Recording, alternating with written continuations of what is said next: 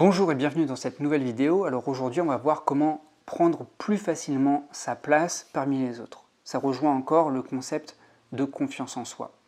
Vous savez, avoir confiance en soi, c'est avoir toutes les ressources nécessaires en soi, c'est avoir conscience qu'on a toutes les ressources nécessaires en soi pour mener notre but à bien en parfaite autonomie.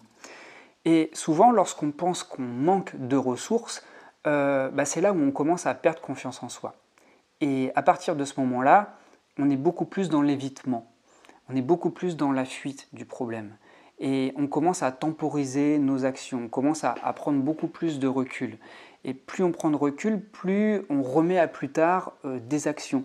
Et plus on remet à plus tard des actions, moins on se sent confiant, plus on culpabilise, et plus on est dans l'évitement, et donc plus on est dans la méfiance, plus on se met à craindre le regard des autres.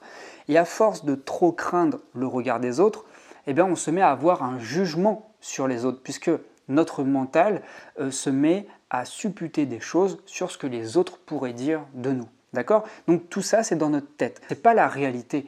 Il faut comprendre que la réalité, en tout cas notre confiance à nous, se crée avec la réalité. C'est un processus dynamique, c'est un processus vivant. C'est d'abord un rapport à soi qui est en interaction avec notre rapport au monde qui lui-même est connecté avec notre rapport aux autres. C'est ces trois composantes-là qui font que notre confiance en nous est dynamique, elle est solide, elle est vivante.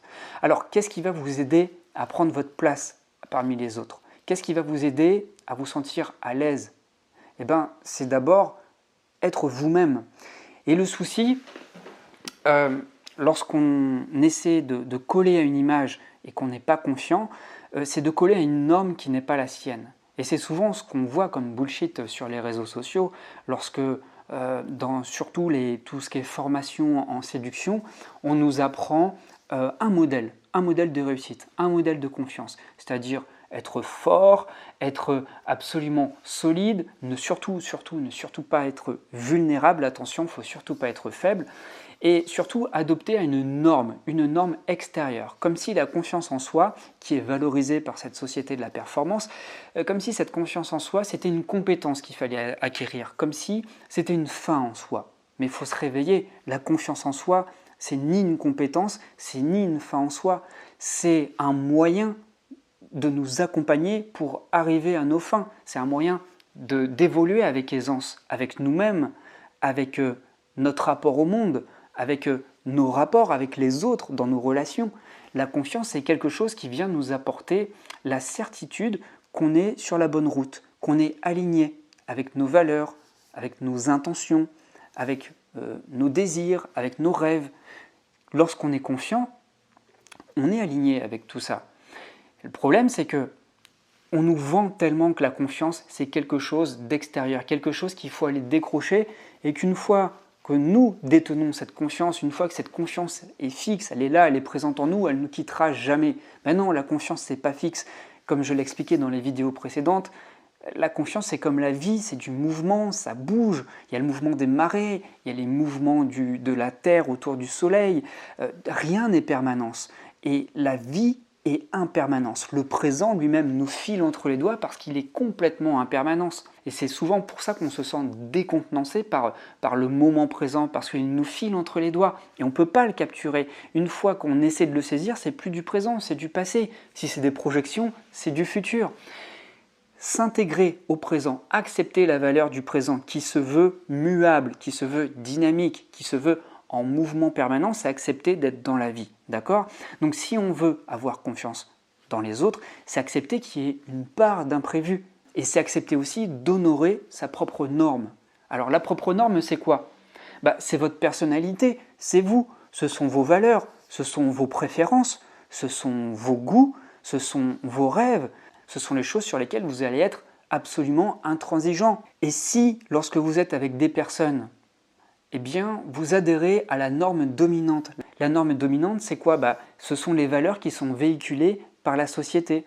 Des valeurs d'efficacité, des valeurs de force, des valeurs de dérision surtout, des valeurs de toute puissance, des valeurs de parfaite autonomie surtout, d'autosuffisance, d'individualisme.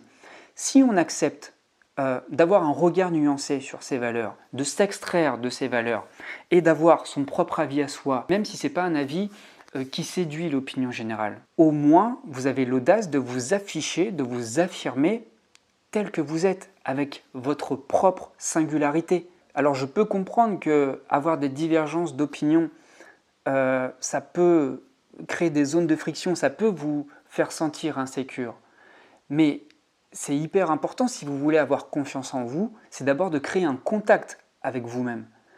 Est-ce que vous êtes conscient déjà de ce que vous aimez, de ce que vous n'aimez pas, de ce que vous approuvez dans ce qui se passe autour de nous, dans la société, de ce que vous n'approuvez pas? C'est important donc de se positionner. Et pour cela, il faut faire confiance en quoi? Tout d'abord, confiance en ses goûts, confiance en ce qu'on aime, confiance en ses ressentis, confiance en ses émotions. Et c'est quand on fait confiance en tout ça, quand on les reconnaît, quand on les légitime, eh bien qu'on crée soi-même notre propre norme.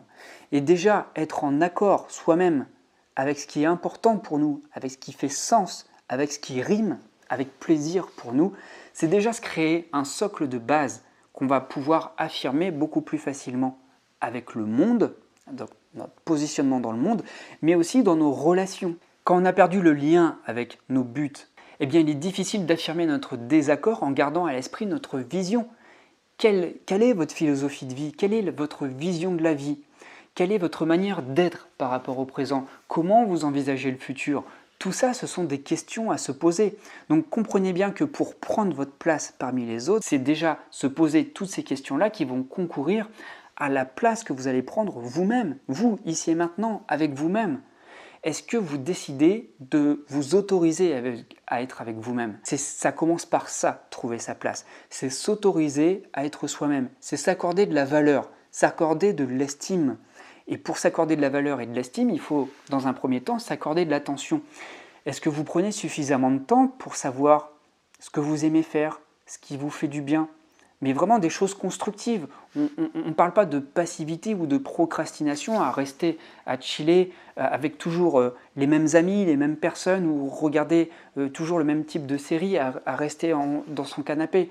Non, qu'est-ce que vous pouvez faire de nouveau qui va davantage vous faire sentir en vie, qui va davantage vous faire sentir de nouvelles sensations, qui vont générer des émotions que vous n'avez pas l'habitude de ressentir?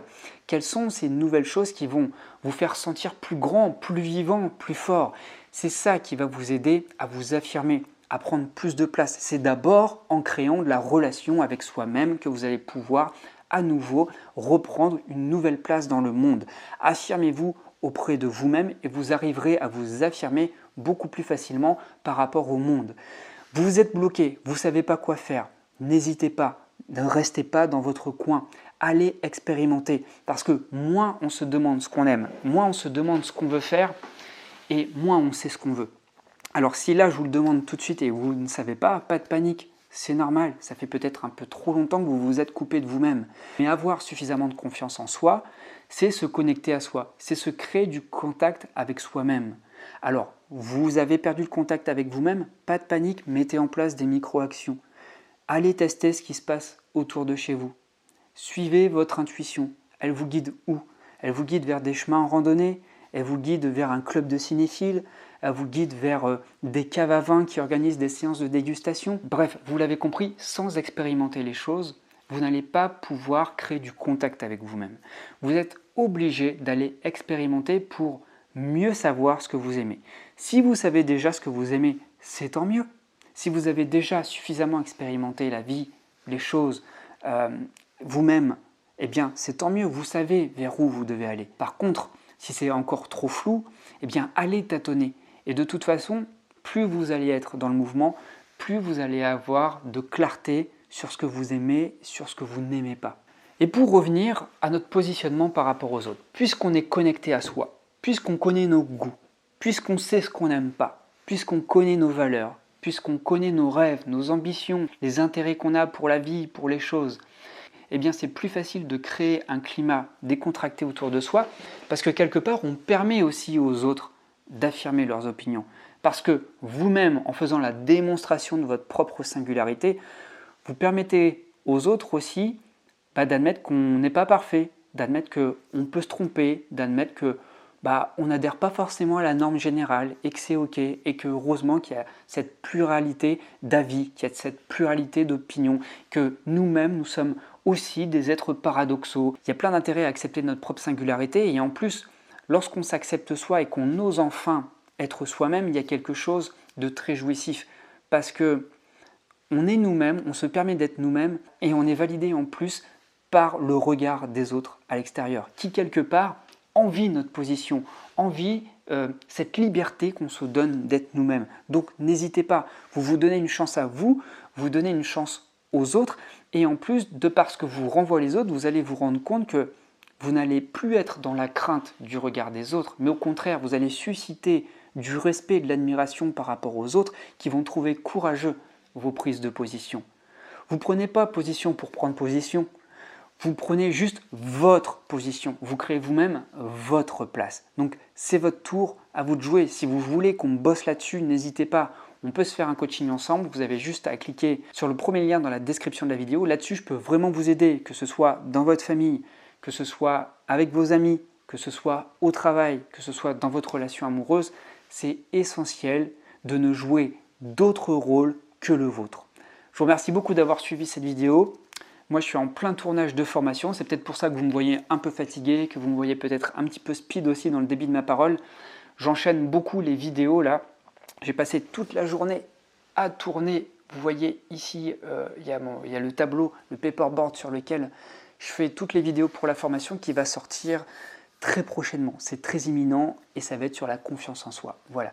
Je vous remercie, je vous dis à très vite. N'hésitez pas à commenter cette vidéo, à donner votre avis et à partager votre expérience. Je vous lirai avec grand intérêt. Je vous remercie, je vous dis à très vite. Ciao, ciao.